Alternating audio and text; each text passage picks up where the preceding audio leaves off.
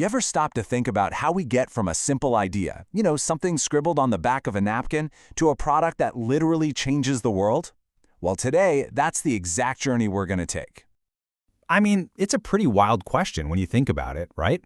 How does a simple thought become, I don't know, a life-saving medical device? Or a massive robotic arm that helps build a space station? Well, that whole process, that's one of the most powerful engines for human progress we have. And it all boils down to one thing: product research and development, or R&D. All right, so let's start by looking under the hood at that engine. We're talking about the journey from, uh-oh, we have a problem, all the way to, hey, here's the product that solves it. So, what is product R&D, really? At its heart, it's a super systematic step-by-step process. See, it's not just about that one eureka moment. It's about all the disciplined hard work that comes after. The creating, the testing, the refining, over and over again, until that idea actually solves a real-world problem. It's kind of where wild creativity shakes hands with hardcore, methodical engineering. And you might be asking, okay, so why does this matter so much? Well, think of R&D as the bridge, right? It connects what we know, all the science and the ideas in our heads, to actual real-world value. It takes all that technical know-how and turns it into things that, make our lives better, drive the economy forward, and just make society a better place to be. Okay, so how does this actually happen? What's the playbook? Well, it's not just a bunch of random guesswork, that's for sure. It's a very structured journey. And this journey, from that first little spark of an idea to a finished product in your hands, usually follows a 6-step path.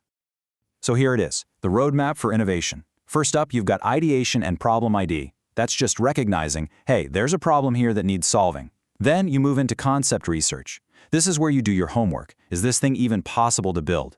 After that, we get to the really fun part, prototyping. You actually build the first versions, the early models. Of course, those prototypes then go through some serious testing and evaluation to make sure they work and, more importantly, that they're safe.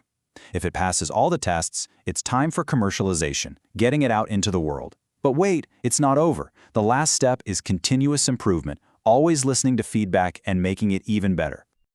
Okay, so that's the theory. But let's make this real. Let's look at how this 6-step journey played out in one of the most incredible R&D projects of all time. We're going to use an amazing example, the Canadarm. Seriously, this icon of innovation is the perfect guide to see how these abstract steps can lead to something absolutely extraordinary. Let's jump to a super critical stage, prototyping. Now, with the Canadarm, this wasn't just about building a little model to see what it looked like. No way. This was about bringing truly revolutionary ideas to life. These early prototypes let engineers test insane, groundbreaking concepts in robotics and new materials, things that had never been put together like this before. And they had to get it right here on Earth before ever thinking about sending it to space. And that leads us perfectly into the next step, testing and evaluation. Look, this is where professional responsibility is everything. For any product, sure, but especially for something that's going to operate in the vacuum of space. Professionals have to prove, without a shadow of a doubt, that it meets incredibly strict standards for safety and performance. We're talking about standards from groups like CSA and ISO. Basically, these are the rule books that guarantee a product isn't just cool, but that it's fundamentally safe and reliable. But, of course, a process is just a process. It's nothing without the brilliant people who actually make it all happen. So, who are these folks? Who are the minds behind the magic? Well, let's meet the innovators. So on one side, you've got your engineers. These are the people who are absolute masters at taking a theoretical idea and making it real. They're the ones figuring out, okay, how do we actually build the electronics, the machines, the medical devices? Then on the other side, you've got geoscientists. They're the innovators working with our planet's natural resources, developing everything from brand new materials to the very tools we need to monitor and protect our environment. But here's something that's absolutely crucial to understand. With the incredible power to create and innovate comes an enormous amount of responsibility. Every single professional working in R&D has to be guided by a really strict ethical compass.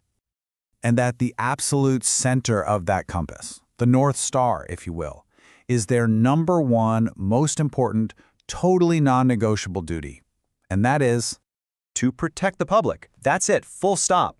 before profit, before cool new innovations, before getting to market fast, the safety and well-being of the public is the ultimate priority. It is the absolute foundation of trust in their profession.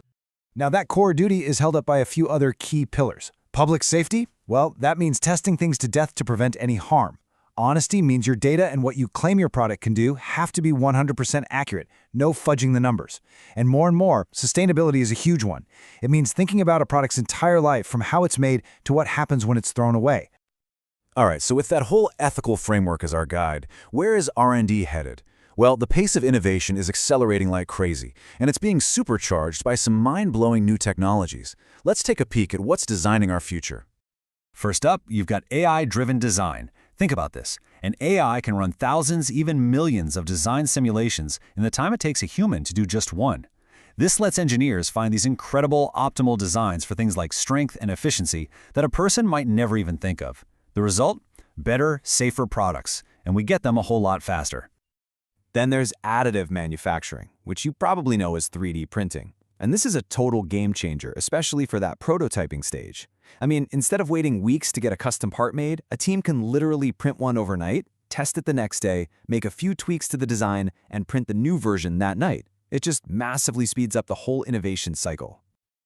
Okay, now imagine combining that super fast 3D printing with a total explosion in new advanced materials.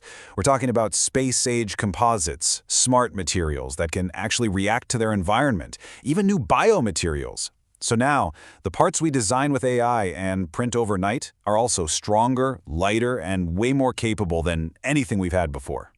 And what's really cool is that all of this amazing tech is increasingly being pointed toward green technologies.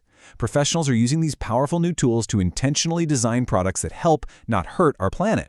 Think about everything from new biodegradable plastics to brand new devices that help us capture renewable energy.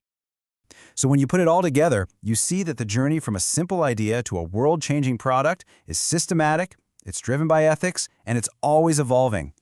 It just goes to show you that with the right process and the right principles, one single idea really can change everything. Which kind of leaves us with one last question for you. The world is just full of problems waiting for a solution. What's your idea going to be?